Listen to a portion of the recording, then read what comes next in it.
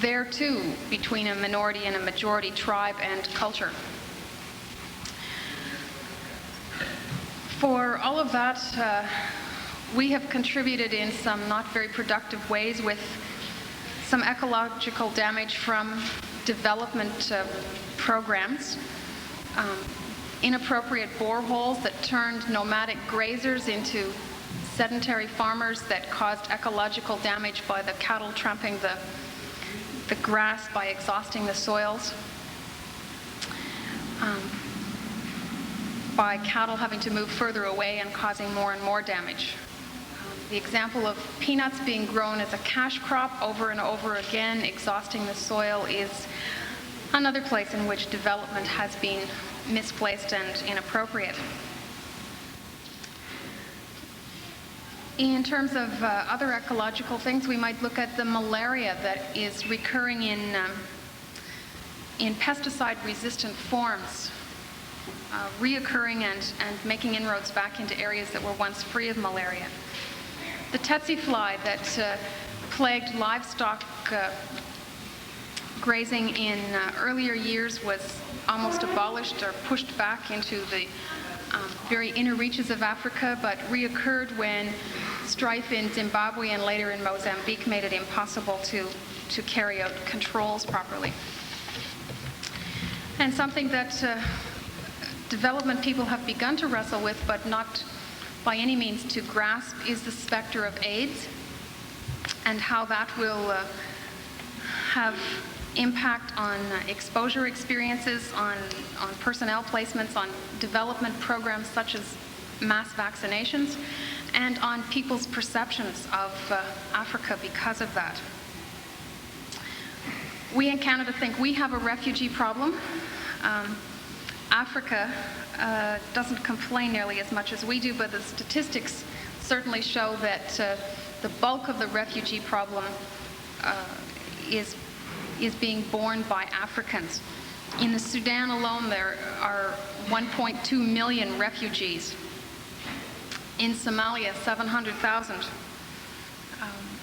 And in a number of other countries, well over 100,000 refugees. These are in countries that have few resources to support their own people, let alone those that flee for food or shelter from other countries. Debt is a problem on the African scene as well.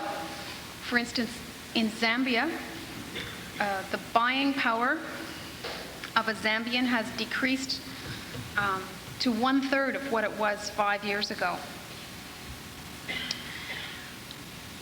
Most of us became acutely aware of Africa through the famine situation at the end of 1984. Food production in the post-famine era has increased markedly.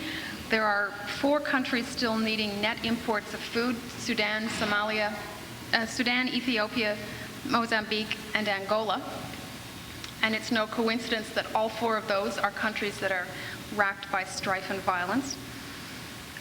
And so some sort of conciliatory role is needed there.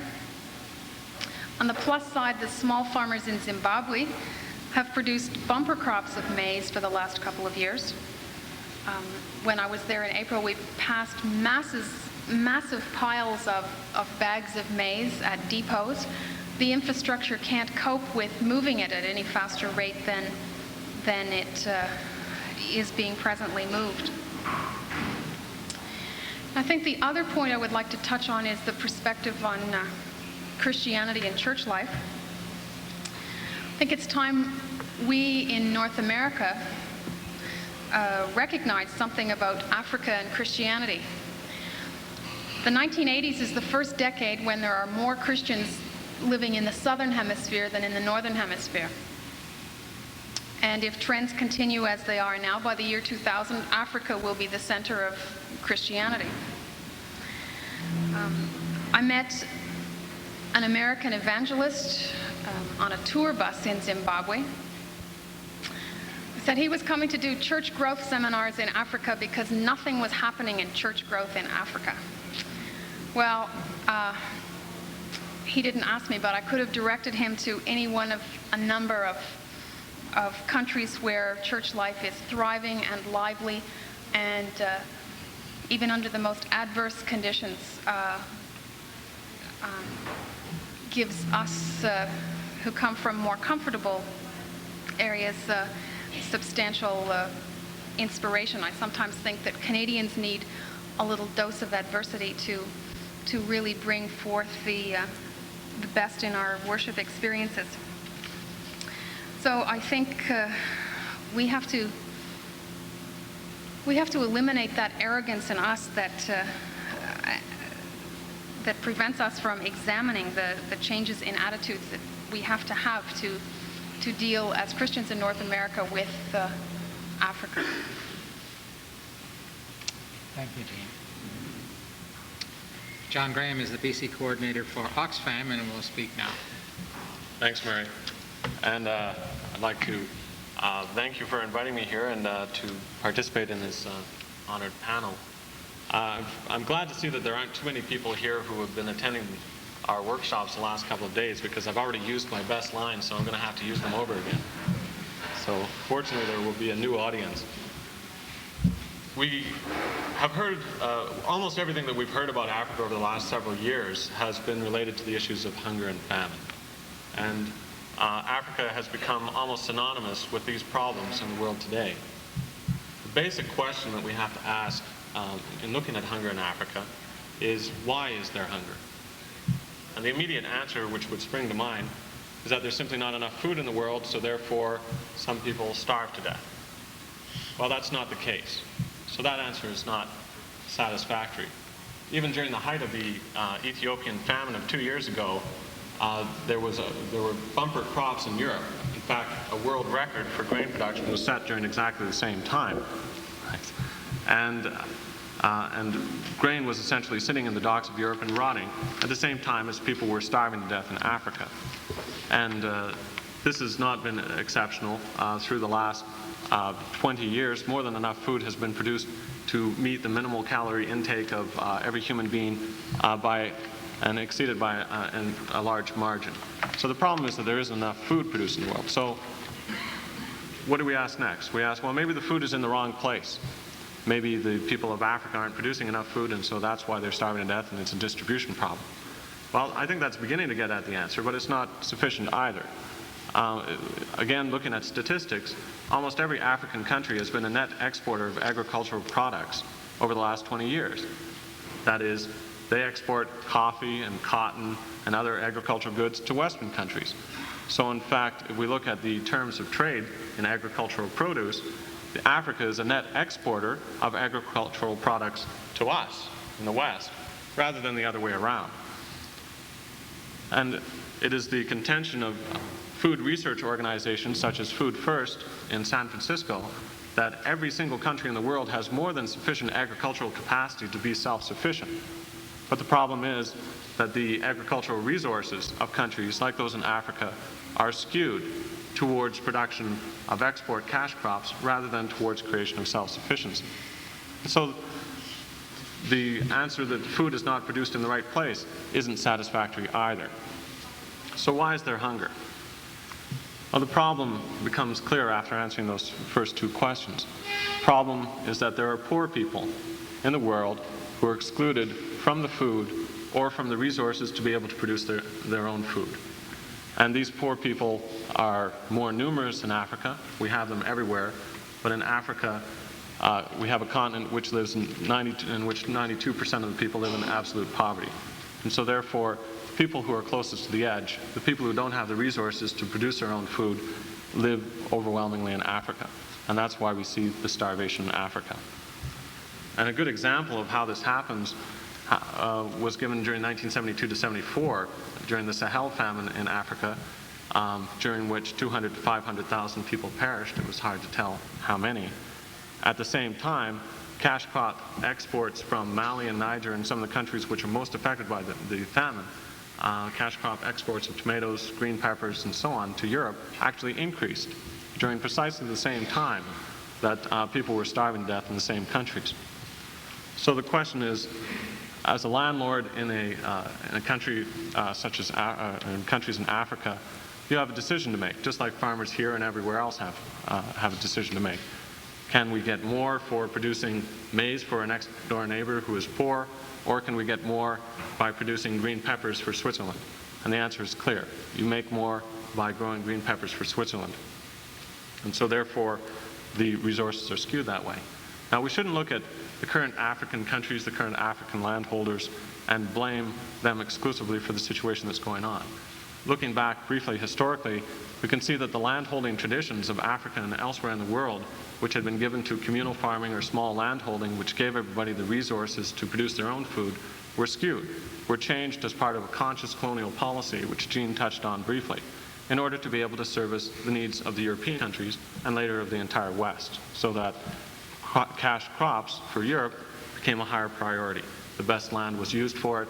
Plantations and settlers, white settlers, were brought into many parts of Africa in order to produce these goods. And in fact, in many cases, peasant farmers, African peasant farmers, were required to grow a certain proportion of cash crops, particularly in French colonies in Africa, in order to meet taxation and other regulations of the colonial government. So this was very consciously skewed to service a overseas market. In post-colonial Africa, normally there hasn't been very much change from these structures which were set up by European colonialism. You have a change in faces, but not necessarily in the system. And the peasants of Africa are generally quite aware of this. They know what's going on around them. And in Kenya, there's a good example where the people are called, are named Wa for the place they come from. So the Wa Luo are the Luo people, the Wa Kikuyu are the Kikuyu people, and so on. Well, they have a couple of other names that the peasants of Kenya have developed. One is called the Wa Benzi. That is the people of the Mercedes-Benz who live in their country. And there's another one as well, the Wa Bintu. And those are the people who have been to Europe or been to North America and have come back and got the good government jobs or the corporate jobs. So it's not something that people in Africa are ignorant about. They know essentially what's going on. So we have a process of underdevelopment in Africa which leaves people very close to the edge, the vast majority of people very close to the edge, and amenable to environmental changes which can cause famine for themselves. But also, if we look at the examples of famine, the overwhelming cause of the actual deaths in famine have got to be attributed to the problems of militarism, which Jean also touched on briefly. In the Horn of Africa, where we've seen the bulk of the famine deaths over the last 3 years, we see vast strife and warfare. In fact, 6 wars are currently underway in Ethiopia alone. And the wars have a number of impacts which don't need to be explained in depth, but apart from the overwhelming skewing of resources, which governments putting resources into the military, there's also the impact of destruction, of food crop destruction, of the destruction which leads to farmers not being able to plant their crops or to maintain themselves. And as well, it leads to problems in aid distribution, so that for those people who are struck with famine, frequently it's very difficult or impossible to even get the aid into them if it's available because of the problems of warfare. Similar situation exists in Mozambique, which is certainly the part of Africa most gripped by famine today, where South African-backed guerrillas practice a policy of burning crops, of destroying truck convoys, including food aid convoys, in order to prevent any kind of continued operation of the Mozambique government as part of a South African concrete destabilization plan for Southern Africa. So as a result, at least 250,000 people have perished in Mozambique from famine caused by this type of warfare. So we find Africa in absolute poverty, or at least 92% of the population, but I wouldn't want to give a negative impression. There is potential in Africa, tremendous potential. In fact, even at current levels of technology, Africa could produce 3 times, food for 3 times their current population. And we do have examples of countries, by taking an emphasis on rural self-sufficiency, on helping the poor, who have made tremendous progress. And Zimbabwe is a good example, which again, Jean mentioned. And as well, I can't help but be struck by the words of Maurice Strong, who's the UN Emergency Director for Africa, who speaks very powerfully about the role of the African farmer and the intelligence and integrity of the African peasant farmer, who knows his land, knows what he needs, and can do it if he's simply given the opportunities to support himself. So people have responded in Canada, and what we've done, I think, should be touched on. People have sent enormous amounts of aid to Africa, and that has been much appreciated. But we also should keep in mind that during the same time that the African famine response was greatest in 1984 to 85, that if you look at the total aid that came from all Western sources into Africa during that time, that total aid still equaled only 1/2 of the interest on the loans from the West alone. So for every dollar in aid that was going into Africa at that time, the Africans were paying back $2 in interest on loans to the Western governments and to Western banks. So we should keep that in mind as well, that there is a skewing of resources, that we're putting a bit in, but we're taking a lot more out. And that still remains the reality today.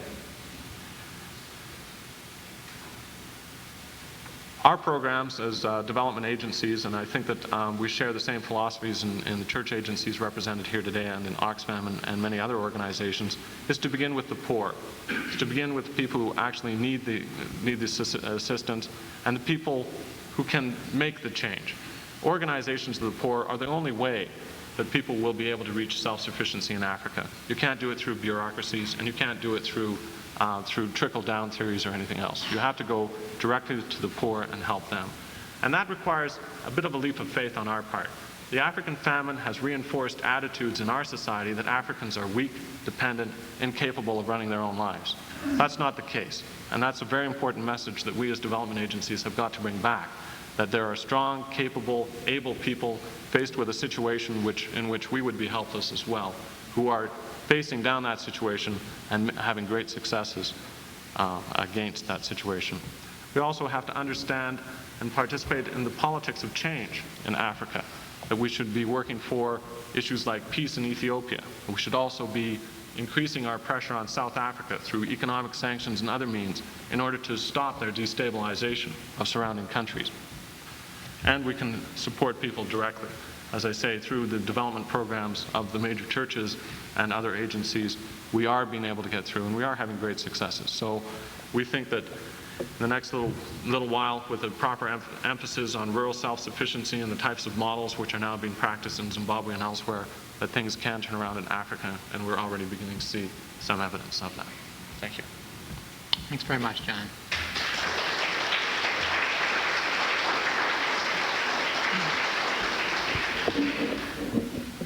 Lois? 3 pieces of input. I'd like to say something about the external debt of African countries, following up on our morning discussion. It was in '84 that Africa's finance ministers met to issue the Addis Ababa Declaration on Africa's External Indebtedness. They collectively have only a debt of 150 billion, as opposed to 1,000 billion of Latin America. So it's very small, and that's partly why not much attention has been paid to them, because after all, they aren't very big or important. What they have asked is a deferment, a moratorium on 3 to 5 years to try to repay, but they've also asked that the debt service obligations be called grants. So that they not be called debts, but in fact it's a grant. Their major thing in '84 was to call for a conference again, which would involve all the African countries, the developed creditor countries, and the multinational financial institutions to sit around the table and attempt to negotiate.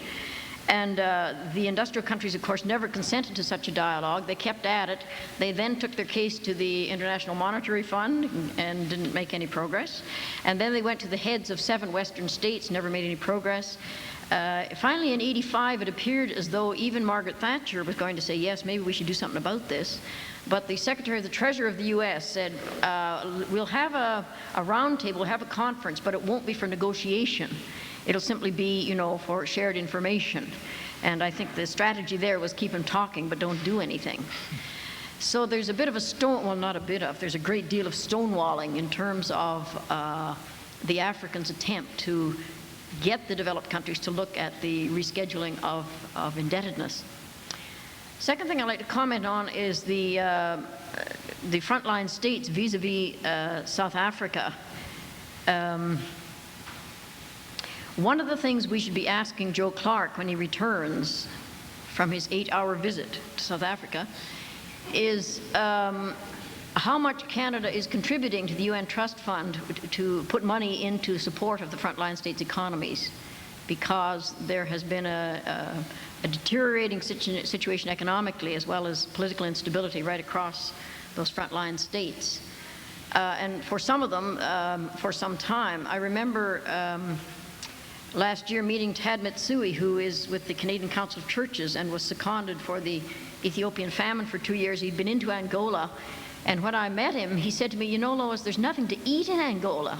I mean, there's a little bit of rice, but the whole economy is now towards the war effort there. And it's just skewed all the priorities, and something's got to give there, because that's what's happening. And that would be typical, I would think. So what the question for us, I think, and for our government is it's fine to make these support and solidarity statements on behalf of and with South Africa, but what are we prepared to do in support of the economies of the frontline states? And we need to look at that. It was mentioned the religious situation in Africa, and I'd like to share a bit of this with you, since I was rather deeply involved in it. In last year, one of the newly independent African churches invited the World Council of Churches executive to meet in Kinshasa, Zaire, and we were there for 3 weeks and certainly got an immersion in independent African churches. It's quite true that there is an enormous explosion and growth of Christian community in Africa, quite a different style than we're accustomed to. The particular church, well, I was involved in 2 of them. I was going to be sent to preach to the Kimbanguist church, but they told me they thought I would think it would be too mild, so they sent me to the Église du Christ du Zaire de la Lumière, and believe me, that was not mild. It was quite a lively service, to put it very brashly.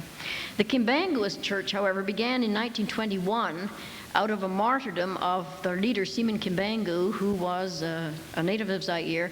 He was baptized by Baptist missionaries from the West, but soon broke loose from the Baptists and apparently had charismatic gifts, both of preaching and healing and teaching. And people from the existing Christian communities in Zaire began to be attracted to the ministry of this man. And at that time, because Zaire was a Belgian colony, the authorities saw all these people gathering, and they thought, oh dear, here goes another subversive political movement, we better wipe it out.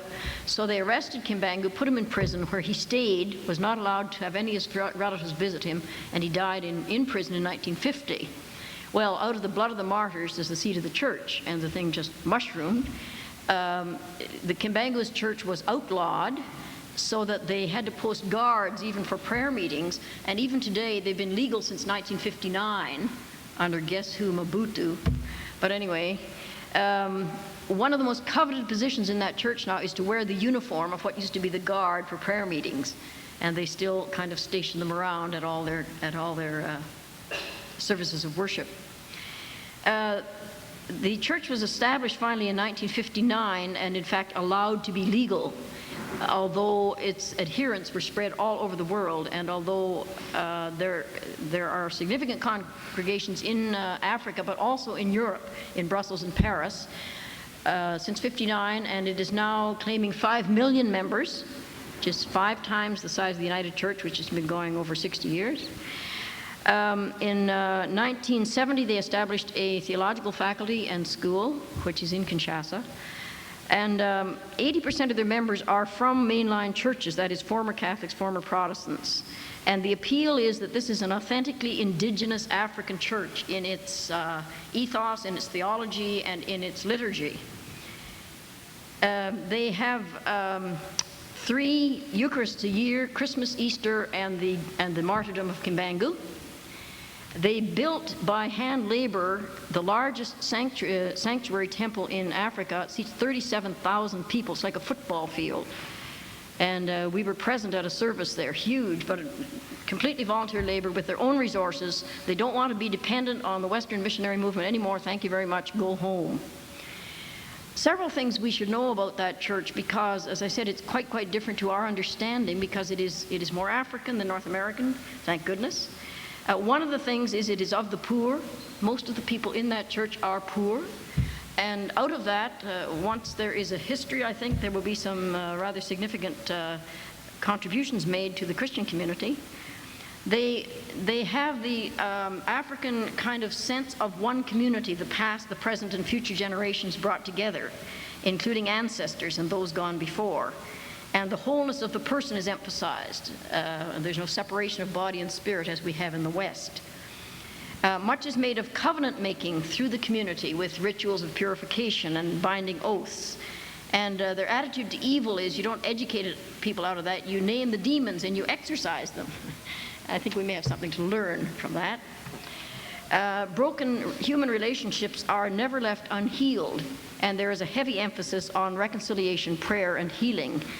I remember one of the men who sits on the World Council of Churches Central Committee from this church, who is a nuclear physicist, said to me, you know, you people in the West, you go to church and you read this thing that says we confess our sins, da-da-da, and then somebody says your sins are forgiven. You think something's happened. He says, not in our Christian community. Confession is much more painful, and so is pardon, and it's a more significant process. The liturgies are a wonderful mix of Western and African. I mean, their drums, the liturgical garments are just stunning colors, beautiful things that we would never think up. And I think they help to really fill the emotional and social needs of persons in an extremely impoverished situation. I was told that since the political route is closed for many males in Zaire, any male with any ambition will start a new church. It's one of the few areas that can be shaped by those in it, and they have control over their own lives. I was told the same thing in Johannesburg by Bars Nade, who is the former executive secretary of the South African Council of Churches. He showed, when he was banned for 5 years, he made one of his projects to research out all the independent African cults or sects that are growing up in that city, and he had a list of 12,000. So that, a family would be a new one. But it's explosive, it's attempting to be fully African. I knew that because I had trouble with some of it. For example, the cultic leader is given an immensely high status, and anybody in the Kimbanguist church approached that person on their knees. And I had a great deal of trouble with that one, particularly because he was a male. The other thing you should know is that all over Africa, the fundamentalists from the U.S. and other parts of the globe are beaming in their programs. And the danger is that the brand of Christianity that is so explosive there will become a privatized kind of thing, which will have nothing to say about hunger or indebtedness or any of the social problems that really are the agony of that continent. Thanks very much, Laura.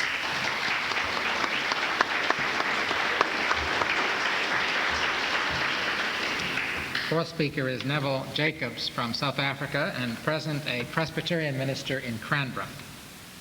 Neville. Thank you. When I was asked to address this audience this afternoon, I was told not to give a description of apartheid or to give you information because that you have already. I am uncomfortable this afternoon because I'm sitting down. I never speak to an audience such as this. I'm not a sit-down speaker, I'm a stand-up speaker. That's fine. I'd like to begin my comments this afternoon by saying that the hour is late in South Africa. And because of the lateness of the hour, anxiety is mounting. Repression is increasing. And white fear for loss of wealth, loss of power, loss of privilege, and loss of life is reaching paranoid proportions. And that has just been proved in May 1987, whites-only elections, when the neo-Nazi party displaced the more liberal party in the white party, political party in South Africa, the Progressive Federal Party. But in this state of lateness, in the state of anxiety that is mounting and fear that is reaching paranoid proportions, something creative and positive happened in South Africa. In 1984, the Dutch Reformed Mission Church, where I have my ordination, composed and produced a historic confession of faith called the Belha Confession of Faith. It was a church that had 3 confessions, 3 European confessions, and it is the first confession of faith that was produced on South African soil, the Belha Confession of Faith. I brought with me a quotation from this confession, an extract from this confession. I'd like to read it to you because this will put my little presentation in context. We believe that God has entrusted to His church the message of reconciliation in and through Jesus Christ. That the church is called to be the salt of the earth and the light of the world. That the church is called and blessed because it is a peacemaker. That the church is witness both by word and deed to the new heaven and new earth, in which righteousness dwells. That God, by giving His life-giving word and spirit, has conquered the powers of death and sin, and therefore also irreconciliation, hatred, bitterness, enmity. That God, by His life-giving word and spirit, will enable His people to live in new obedience, which can open new possibilities for society and the world.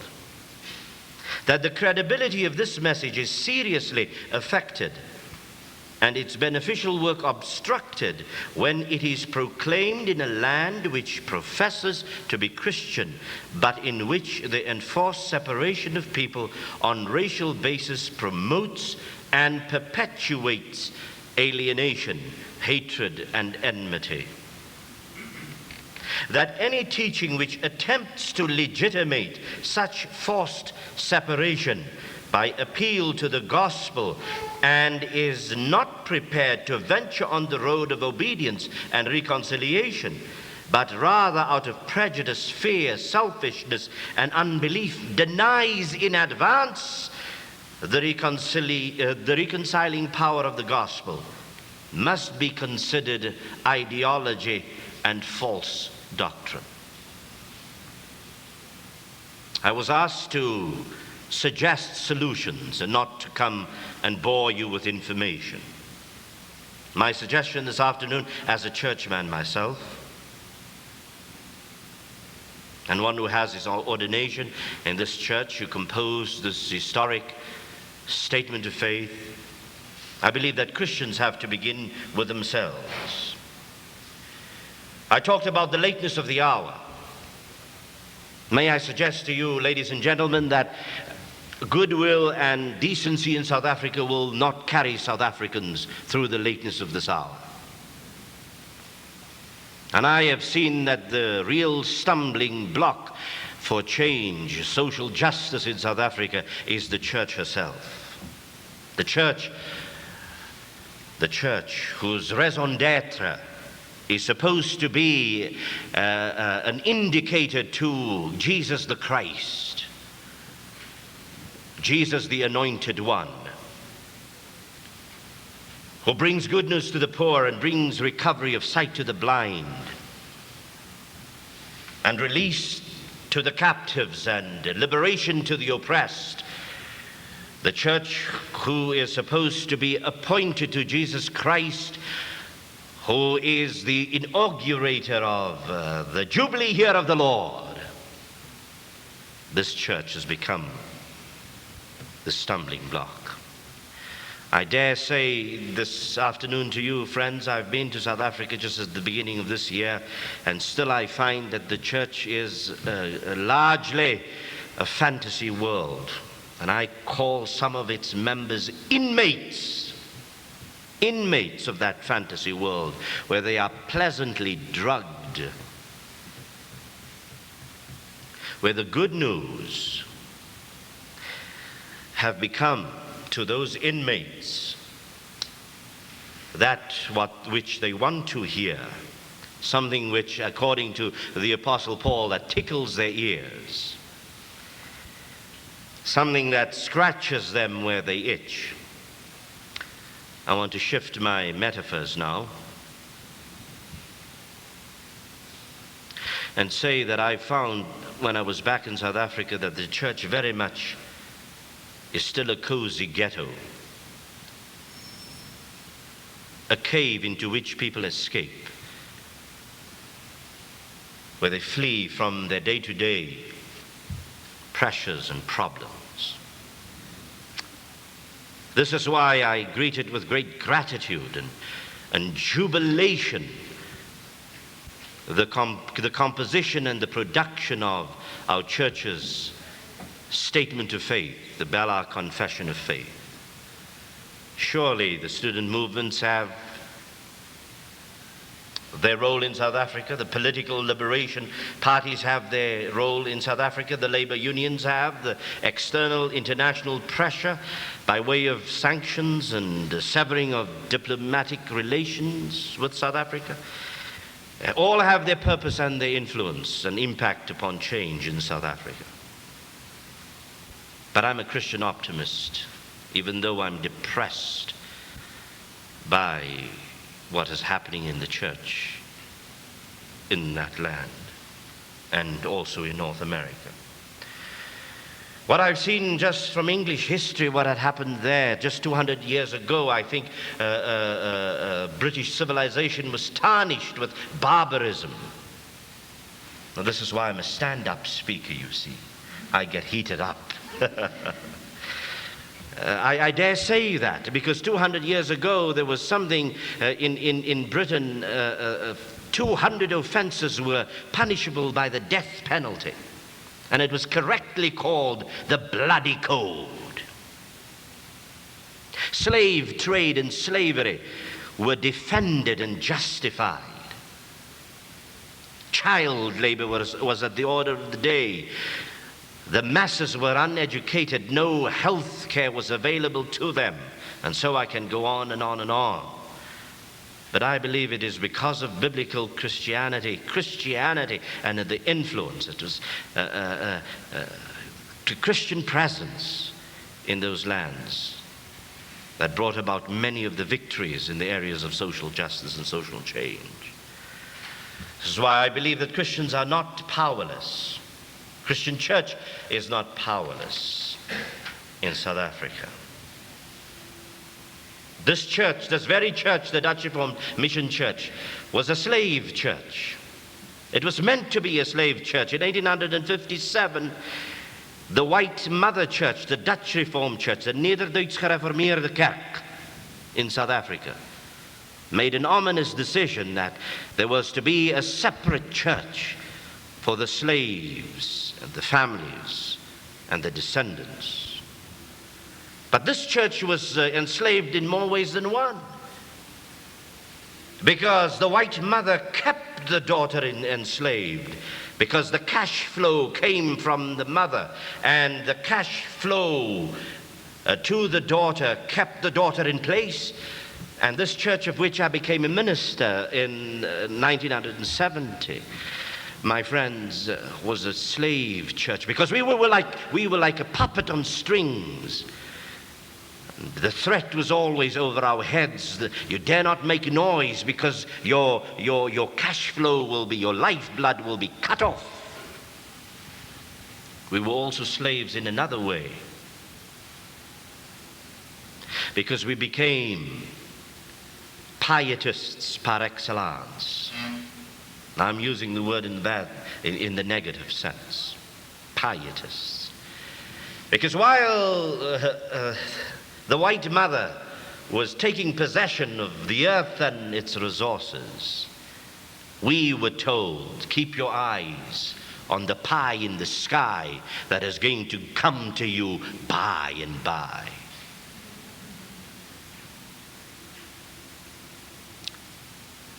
And that's my people. My own mother and father still say to me when I was back there, when I was a child, 6 years old, and I said, "This is wrong. Why must I get into a train at the end of the station? Why must I crawl hands and feet over a bridge that is rickety, and the white people have a bridge over there made of concrete and steel? This is wrong." And my mother and father told me, "Quiet, boy." They still want to hush me up. And I'm not a boy any longer. You see my gray hair? So, in more ways than one, we were slaves. But it is this church that produced in 1984 in a township, a colored township in South Africa called Belhar, outside of Cape Town, this historic document of the Christian church. There are three ways that the Christian church, I believe, in South Africa can be of great influence. One, to truly be the alternative community. As the ancient Christians talked of themselves, the triton genos, the Greek word, the third generation, the third nation.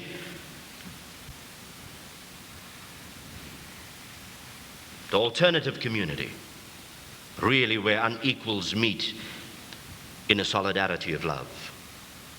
And that we will permeate this unequal and unjust and segregated society in South Africa. This is why Canadian Christians ought to make resolutions in their ecclesiastical courts supporting us. This is why Canadian Christians should pray for Alan Busak and pray for Archbishop Desmond Tutu and pray for Bishop Desmond Dennis Hurley, excuse me. So I can pray for the people of the church. And also show your support by your ecclesiastical decisions in your ecclesiastical courts. And send letters to Desmond Tutu and to Alan Busak. Tell them of what had happened here during this week.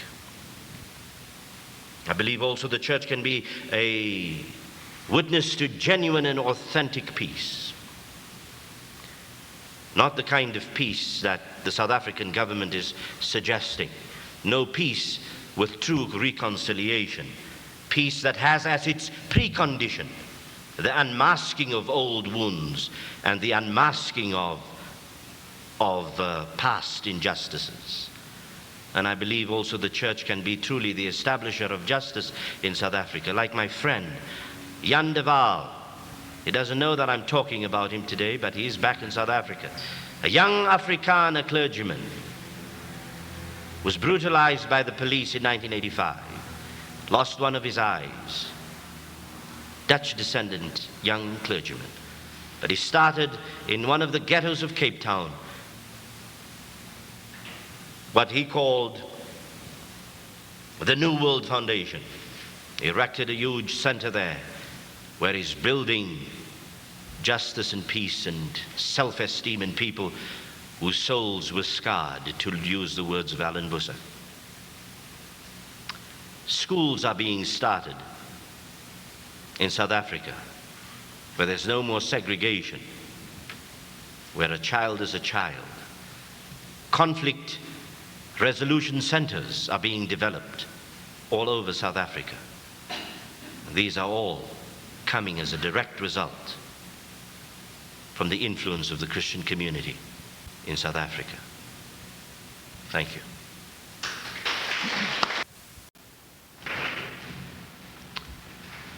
Where does one begin? Yeah, that's rather long.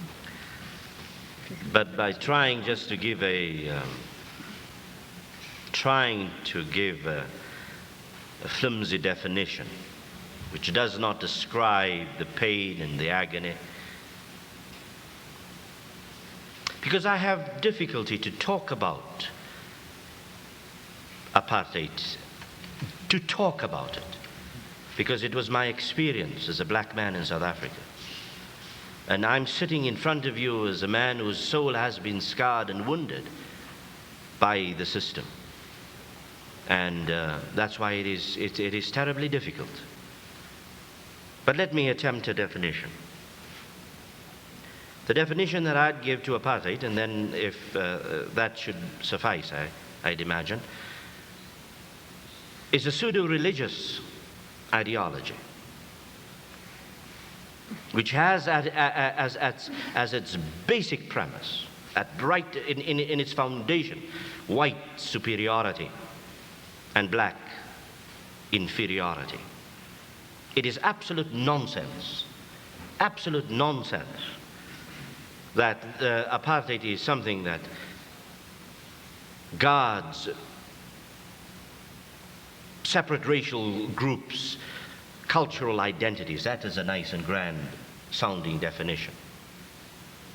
But it is a pseudo-religious ideology which has at its foundation the notion of white superiority and on the reverse, black inferiority. And it is maintained, ladies and gentlemen, by fear, white fear. This is why there was this, there is this revival in South Africa of neo-Nazism. White fear for, as I pointed out earlier, white fear for loss of wealth, power and privilege, and life. That's why it's maintained, how it's maintained. That's just an unprepared statement. I'm sorry, you know, I've been called up on the telephone just a few days ago, and I'm sitting here in the place of the former primate of the Anglican Church. That's why my seat, and I feel greatly humbled to be sitting here in place of the Archbishop Ted Scott.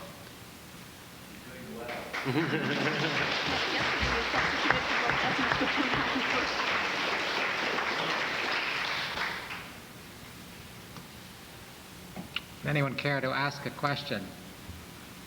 Neville Jacobs or other members of the panel before we go into working groups? Okay.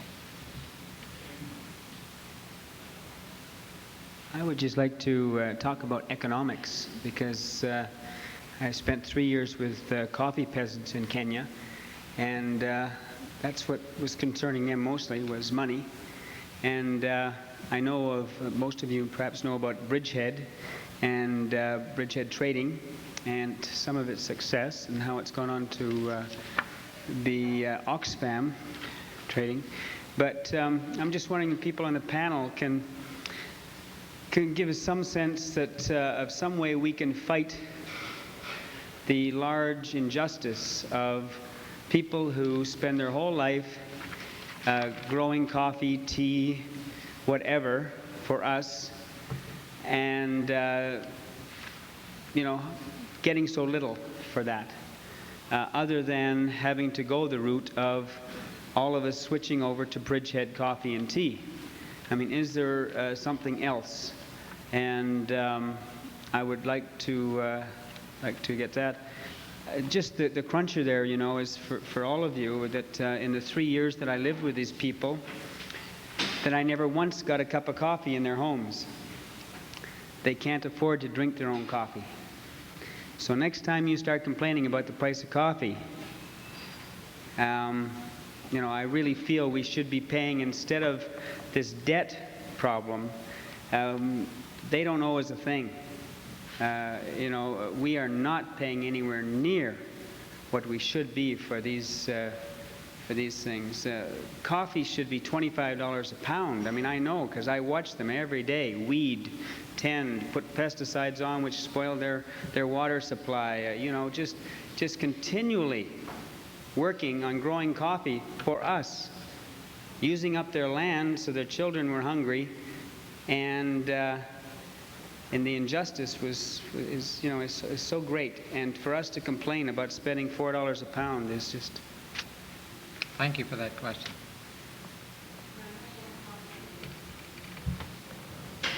Well, I'll respond briefly to say that I fully support the bridgehead thing, but in fact it's an end run around the main economic system, which has to be changed. So we do both and we talked about that this morning a bit. I mean, there have to be different rules for trade. I mean, the whole thing has to change. In the meantime, we do the end runs and we do the alternative methods. But I don't think there's any easy fix to your question or any simple solution. The other thing I'd like to say is, of course, economics is at the basis of most things. In terms of the situation in South Africa, when I was moderator, I remember having conferences with the presidents of the banks in Canada, and one of them said to me, you people in the churches, I mean, if you're really serious about boycotting South Africa, your ministers would refuse to marry people who use gold rings because the gold comes from South Africa. And I thought to myself, wow, now there's a new idea. Or diamonds. Yeah, we could turn it back in or recycle. How about recycling these things? Because we kind of got sucked in, But knowing what we know now, we ought to take some alternate view of diamonds and gold. Mm-hmm. Just, if I could add a couple of things on that. Should I bring this over? There's no doubt that the farm workers who are spoken about are, throughout the continent of Africa, the poorest of the poor. And certainly we've seen examples where farm workers in other parts of Africa as well. South Africa is a good example, where the farm workers in the vineyards, in particular, were amongst the poorest of the poor.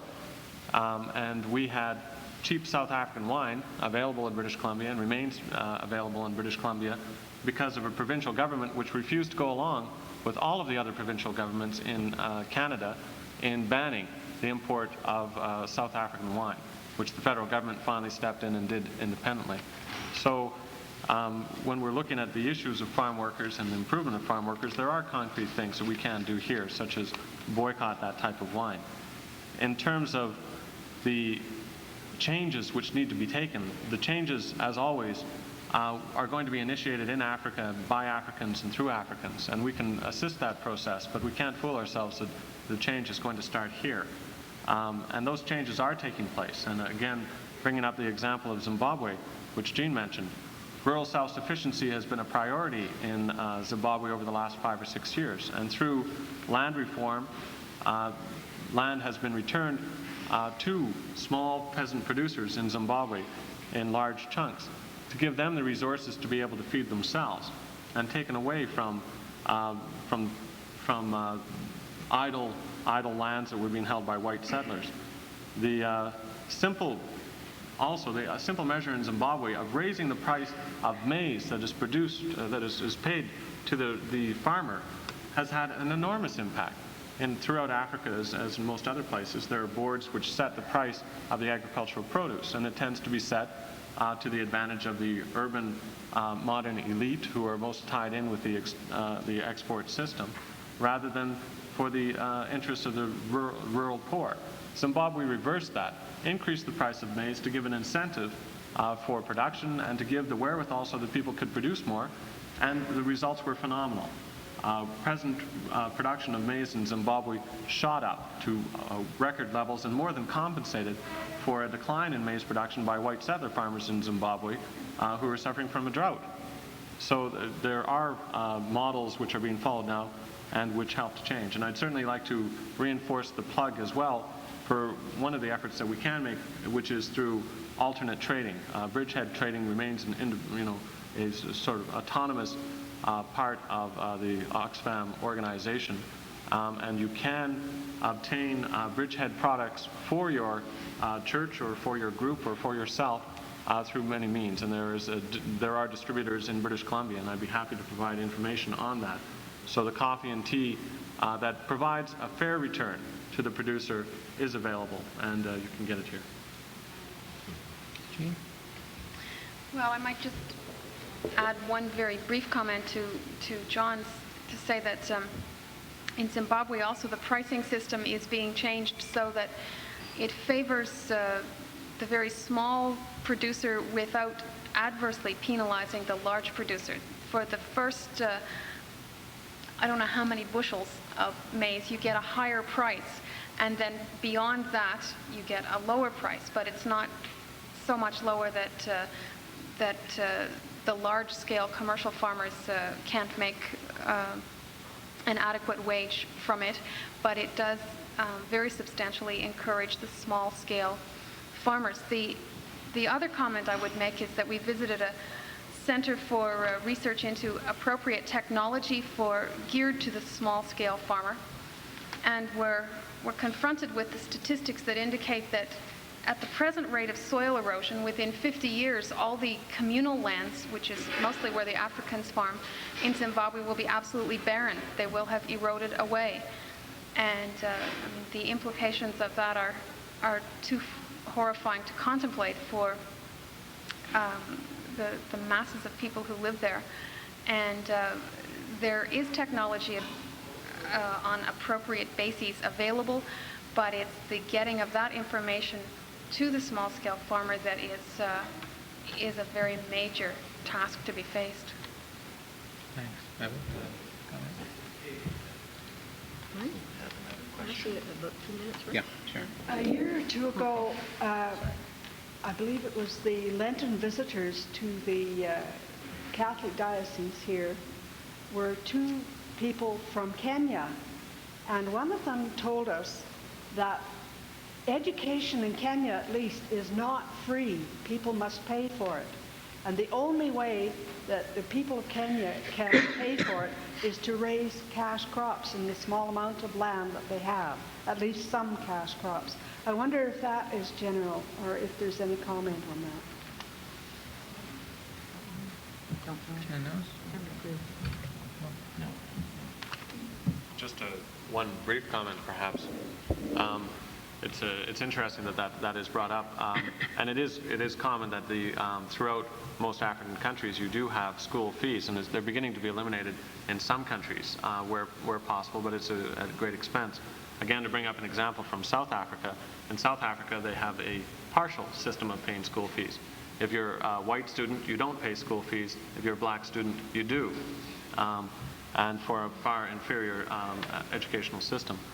And those types of things are, in fact, a major factor in forcing people into a situation where they virtually have no choice but to participate in the cash economy and not put their best land towards self-sufficiency if they want to look towards long-term betterment. It's not unique to Kenya at all. It's endemic throughout Africa. That's okay. Okay, I think we've... One more question? Good.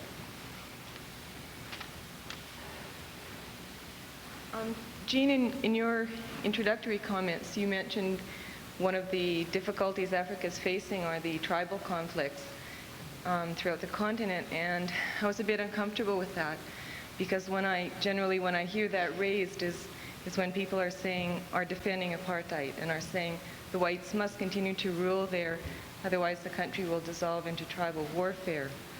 My impression is more that the conflicts that are existing now have been created to a large extent both in Zimbabwe and in South Africa by the white South African government. I was wondering if other panel members could comment on that. Would you like to comment on it? Well, I hope that I didn't mean to leave that impression.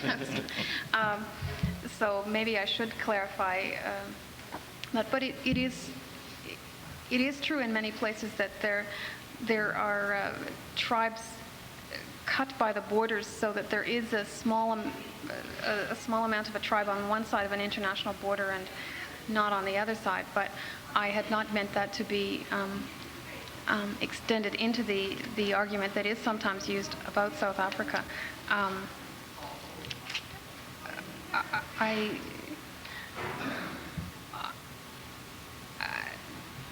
It's hard to say to the extent of to what extent the majority-minority situation in Zimbabwe is exacerbated by the South Africa situation, but it is true that those two tribes have had little love lost between each other over the centuries. So I think that is a significant problem. I'd just like to say that you're perfectly right in your comment that much of what is being heard here in North America, that if white rule is going to discontinue in South Africa, is going to be a bloody mess amongst all the African tribes.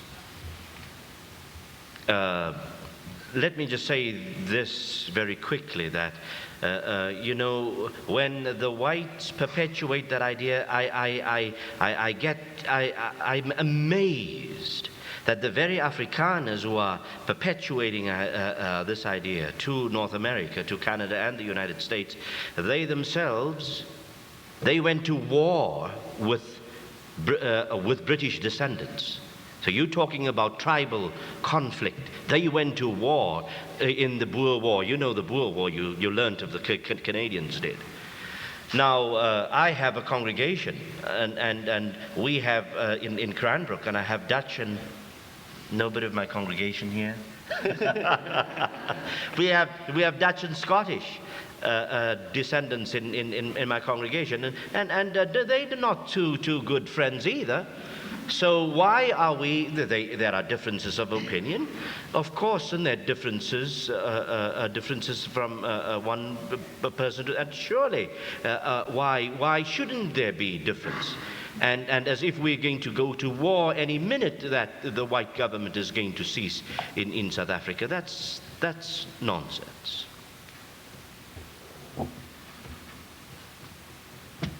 Okay, I'd like to thank the panel for an extremely good and moving session this afternoon. Any questions here? And we'd like to read them. There's breastfeeding being brought back to Africa. It's about time they stopped off. I think what we will do is to read all of the questions first so you can hear them, and then we'll come back individually. Sorry, too far. The 8 questions, some of them overlapping, and it'd be useful, I think, if we read them, all of them over, and then we'll take them up individually, one by one. First of all, from group 1516, the question is, how can we stop ourselves from being the problem and the hindrance of African solutions to African pain? From group 1314, are there any remedies for corruption and lack of law enforcement which undermines attempts to control the destructive practices such as poaching, deforestation, etc.? And 11 and 12, will sanctions work? If so, how? How long will it take? And can the frontline states hold out? Good question. Group 9 and 10. Is there a means whereby we can strengthen our solidarity with the churches in South Africa who are defying the apartheid policies? Thanks. Group 7 and 8. Problems facing the frontline states again and the role of surrogate armies. Are there solutions to the situation? Group 5 and 6. Does apartheid exist in Canada? How much separate identity can be healthy? And then a couple of questions having to do with the churches in Zaire for you, Lois.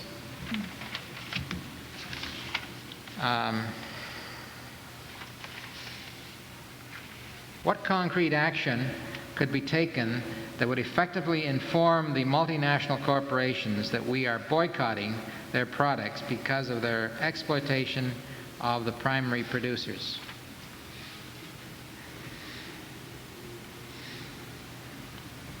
Who is Chief Buthelezi, and what is his role vis-a-vis the South African government and apartheid?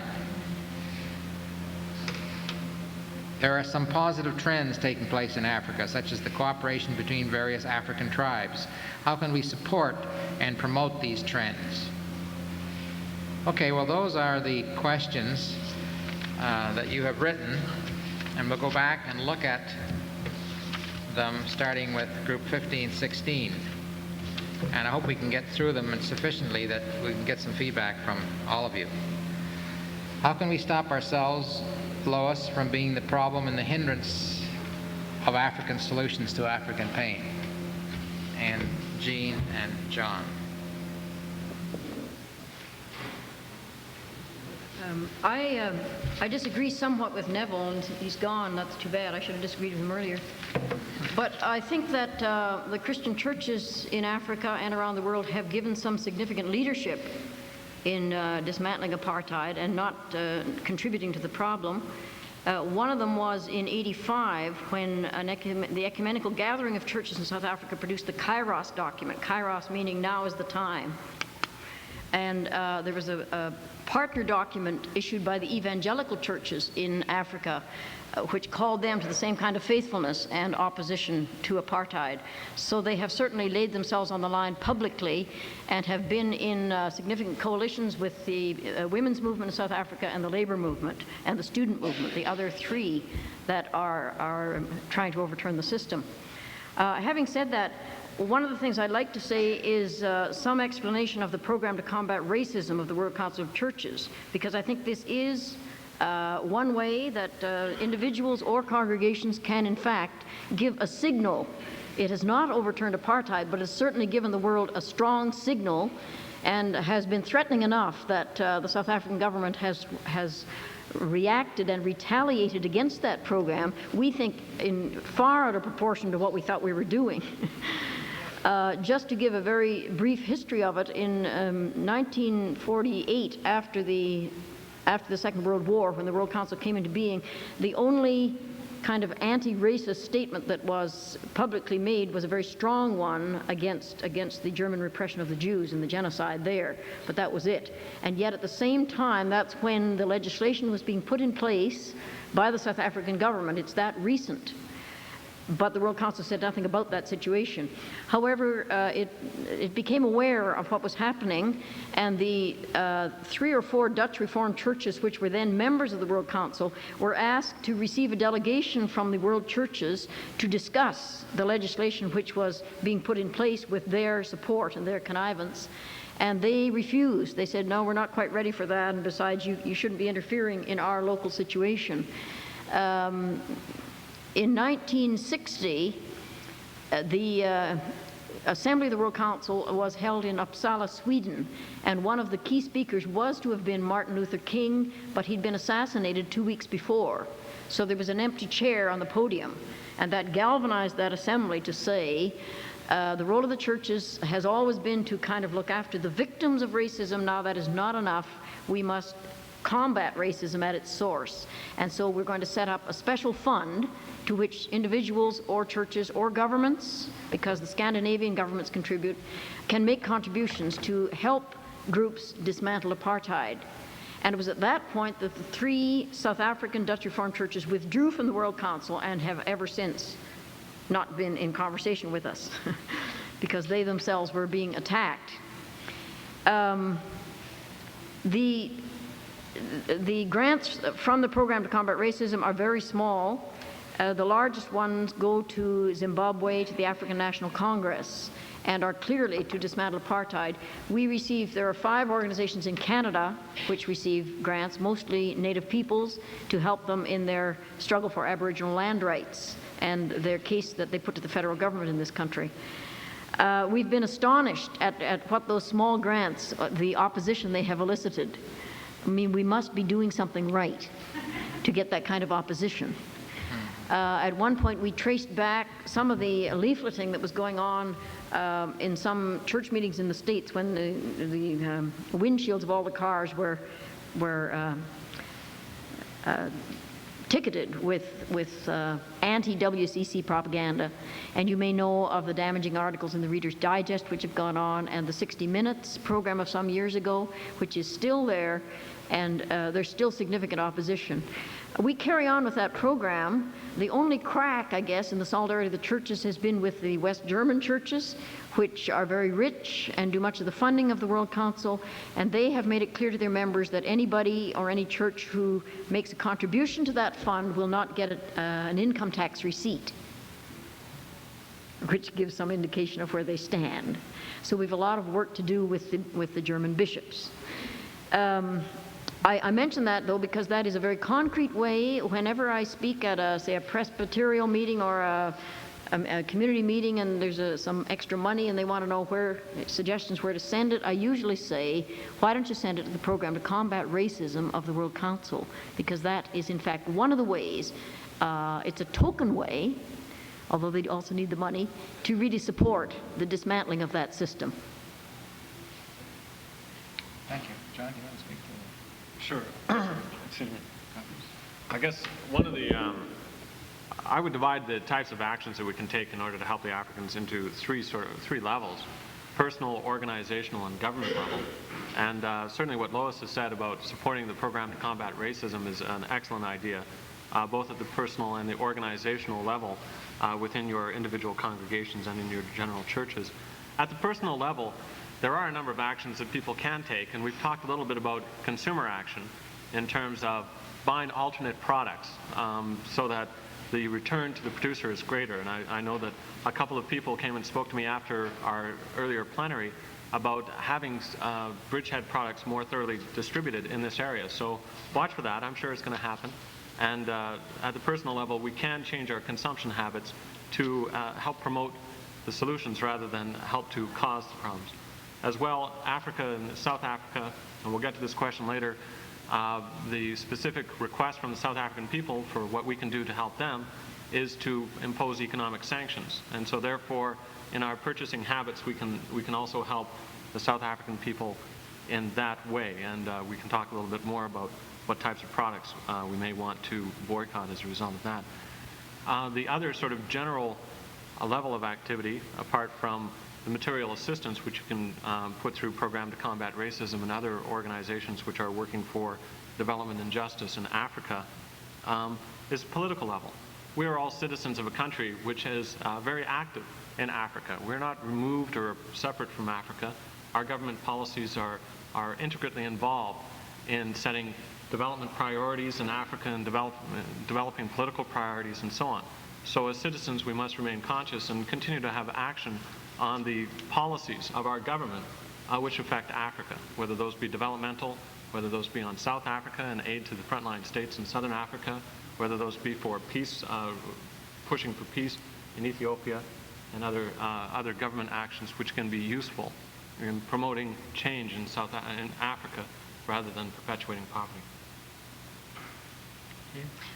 Well, I would just very briefly follow up by saying that I think our most important role in not being a hindrance to African solutions is to listen rather than to impose, not to think that we have the solutions and they don't. It's a change of attitude. Okay. Following up is this question on sanctions. Will sanctions work and how? How long will it take and so on? Would you like to address those? You want to go for that? Lois? Should I go That's a ahead? hard one. Okay. Well, on the issue of sanctions, I think the first thing that we should remember is the economic sanctions against South Africa is not an idea that was cooked up in a meeting like this or cooked up in Canada or the United States or Europe or anywhere else. The request for economic sanctions against South Africa came from the organizations of the black people of South Africa, primarily after the 1960 massacre at Sharpeville in South Africa, when and shortly afterwards, when a number of the organizations, black organizations working for a peaceful change in South Africa were banned, such as the African National Congress, the Pan-Africanist Congress, and the South African Congress of Trade Unions. When these organizations were banned, one of their responses was to call for international economic sanctions against South Africa, with the realization that it may well hurt some individual black workers or black people in South Africa because of a deteriorating economy, but that in fact the vast bulk of the hurt would be borne by the white South African population, which enjoys 70% of the economic wealth of South Africa while having less than 20% of the population. And so therefore they would bear the brunt of the economic problems which would result from economic sanctions. And the blacks who were already suffering were saying, if this can help in any way to bring about a change, an end to apartheid, then we are prepared to take upon ourselves any additional burden that will create. So we have to, as always, first of all, go to the source and hear from the South African people who are struggling for justice themselves what they want. They're telling us sanctions, and so therefore we should follow that. Whether they work, I think that we are seeing for the first time since 1983, with the imposition of significant sanctions by Western governments and by individual groups and individuals, that they are having an impact on South Africa. They are working now. The minimal changes that the South African government has proposed for their internal policies have almost all resulted from the type of international pressure that has been imposed on them, and are almost all relatively meaningless reforms for international consumption. But the South African government is feeling the pressure, the South African economy is feeling the pressure, and the South African white people are feeling the pressure. And it's mostly as a result of the internal actions of the South African people themselves that the South African regime is now tottering. But one major additional impact has come from the imposition of international sanctions, which are still far too weak and far too diffuse, but already are having an impact. So we can imagine what kind of an impact real sanctions would have. I wish I could say how long sanctions would take. I'd like to say 2 years. I'd like to say 4.5 months. Of course we can't. They'll take as long as necessary, and we'll keep them up for as long as necessary, and as long as the South African people are asking us to do that. It will certainly shorten the period which the South African government can hold out against the forces of change, and it will certainly lessen the bloodshed that we are seeing in South Africa today and in the long run. As well, how long can the frontline states hold out? Once again, I think we have to go back to those sources themselves and say, well, what do they say about sanctions? And all of the frontline states, Zimbabwe, Zambia, Mozambique, Angola, Tanzania, all of these countries are telling us to impose economic sanctions. They're not saying, please hold off, this is going to hurt us. They're saying, impose the sanctions. And the reality is that the South African government itself is doing far more damage to those countries than any sanctions will ever do. The South African Development Coordinating Council of the Southern African countries surrounding South Africa have estimated that the total damage done by South African destabilization, mostly military destabilization, to those countries is approximately $30 billion over the last 10 years. $30 billion in damage done by the South African government to their neighbors.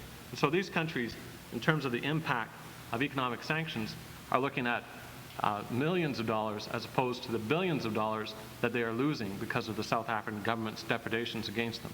So therefore, the frontline states have very little to lose and a lot to gain from the end of apartheid and from having a South African government which, instead of sending in military attacks against them, sends them assistance and help from their highly developed industrial and economic base. Thank you. I'd say two things about sanctions. One, I've already said that sanctions must be linked to providing special economic assistance to the frontline states so that they can survive for as long as it takes. And who knows how long that's going to be. The second thing is to close the loopholes. John has mentioned that some sanctions are in place, but they're far from adequate. And there are loopholes which need to be closed so that any financial assistance in the form of commercial assistance, credits, loans, etc., needs to be cut off. There is an international campaign which has been mounted by the churches, or called for by the Church of Australia, the Netherlands, the United Kingdom, the United States, to force Shell to withdraw from both South Africa and Namibia. Shell has had a long involvement in South Africa, provides oil, which is the only strategic raw material that South Africa does not possess. Shell refines it for South Africa, has also appointed security personnel who work with the military defense forces in South Africa in exchange for having access to that country. And it's widely known that there are other transnationals providing other things that South Africa needs, computer systems, sophisticated police equipment, and submarine blueprints. South Africa is also building an airstrip on Marion Islands in the South Atlantic, which is believed to be intended for use as a testing site for nuclear missiles. You might also like to do something about your local banker to find out whether their bank still continues to make loans to South Africa. Most have cut them off bank to bank because it's no longer profitable, or bank to government, but there have been 3 additional criteria added. This comes from World Council documentation. Does your bank continue to make loans to the private sector, that is to government state-controlled corporations in South Africa? Does it make loans to the Bantustans of South Africa? Those are the Transkei, Ciskei, those places where the government of South Africa is hoping to contain the black population by sending them to live there. They're not recognized internationally. Does your bank make loans to commercial financial activities in Namibia, which is clearly under the control of South Africa? We found in the last decade that local congregations that in fact have done their homework here and know where banks make loans in South Africa have had quite an effect by insisting that unless their bank shapes up, they will withdraw their money and put it into another bank, and that really shakes them up. You can't win on all fronts at once, and you can't overturn apartheid from one action, so we need a multiple strategy, but that's one strategy that local congregations can take. Well, that relates to this question from groups 9 and 10. Are there means whereby we can express our solidarity with the churches in South Africa who are defying the apartheid system? Want to add any further comments? Any of you, Jean? On that one? Go ahead. Well, just to say, you may be aware of the tremendous agony of the arrest and torture of children in South Africa. Many have been released recently, but there was a call at Christmas for a postcard campaign to Botha to set the children free, and that might be something you'd like to participate in. I think I might just add a comment about the churches in the frontline states. Having recently made contact with the Presbyterian Church in Zimbabwe, it's part of the Presbyterian Church of Southern Africa, and most of the rest of it is in South Africa. They now feel they're living in two entirely different realities and feel very isolated from their Presbyterians in South Africa, even though it is one of the more liberal white congregations. And I think our solidarity has to extend to those kinds of churches as well, because the churches in the frontline states are in difficult circumstances as well. Okay, here's another question to do with frontline states. The problems facing those frontline states and the role of surrogate armies. Are there solutions to the situation? John, you want to Okay, I'll try that one.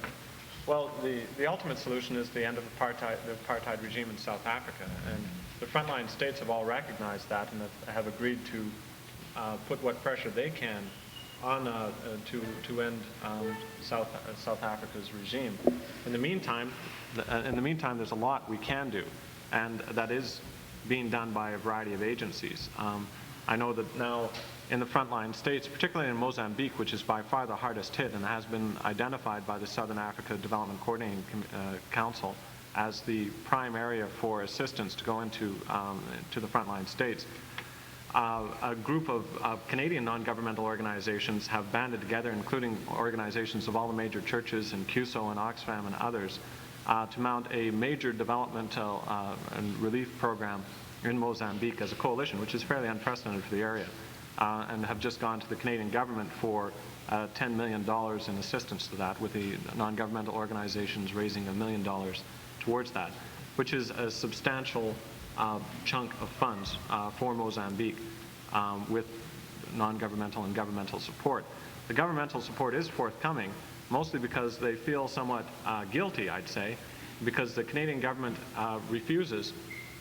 still refuses to give any direct government-to-government aid to Mozambique or to Angola, although they will do it to any other Southern Africa country. And this is clearly a political move. So the aid that they are giving to Mozambique, which is the hardest hit country in Africa right now with famine, is through matching grants to non-governmental organizations and through the aid to the Southern Africa Development Coordinating Council, which I mentioned before, or SADC, through which SADC redirects to Mozambique. So we can assist those NGOs, and as I say, right now the matching for those programs is about 9 to 1. So for every dollar that's given for Mozambique, NGOs can get $9 from the Canadian government. So you're looking at a multiplication of your donations there. Secondly, through pressure on the Canadian government, we can continue to push for bilateral, that is government-to-government aid, for Mozambique and Angola in southern Africa. Another issue that comes up, which groups are wrestling with, is military assistance to Mozambique as well. The reality is that the development programs that groups have been able to mount in Mozambique have normally been blown up shortly after being put in place by the surrogate armies of the South African government. And so therefore, there is a tremendous need for defense of those projects. And it's one that we as humanitarian groups have a hard time wrestling with. We're not in the position, nor do we normally advocate any kind of military assistance. But that's something that we're going to have to face up to and consider in the next little while if we don't want to see the funds and the projects that we put in place simply destroyed by the South Africans. The thought that came informally out of those discussions between a number of Canadian non-government organizations in planning the Mozambique program was the idea that perhaps Canada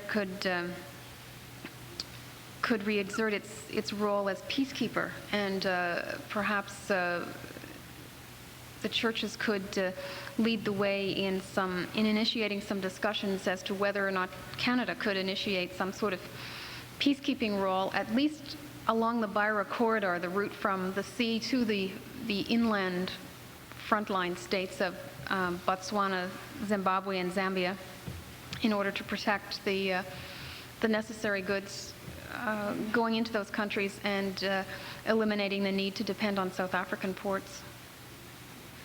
The church I mentioned in Zaire is called the Church of Jesus Christ on Earth of the Prophet Simon Kimbangu. You got that? Or I guess the Anglo word would be Simon.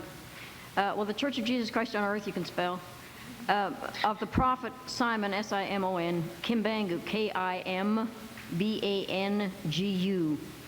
Well, I don't know whether breastfeeding's coming back anywhere. I mean, I guess it is. I hope so. I mean, all I can say is that the Nestle's boycott we did with the World Health Organization, that was a boycott that did work, folks. I mean, we're very proud of that and very surprised. But that did work, partly because we had enough levers, I guess, on economic levers. And Nestle did clean up its act. I don't know what the state of breastfeeding is, but I know that that was one boycott that did, in fact, accomplish what it was supposed to accomplish.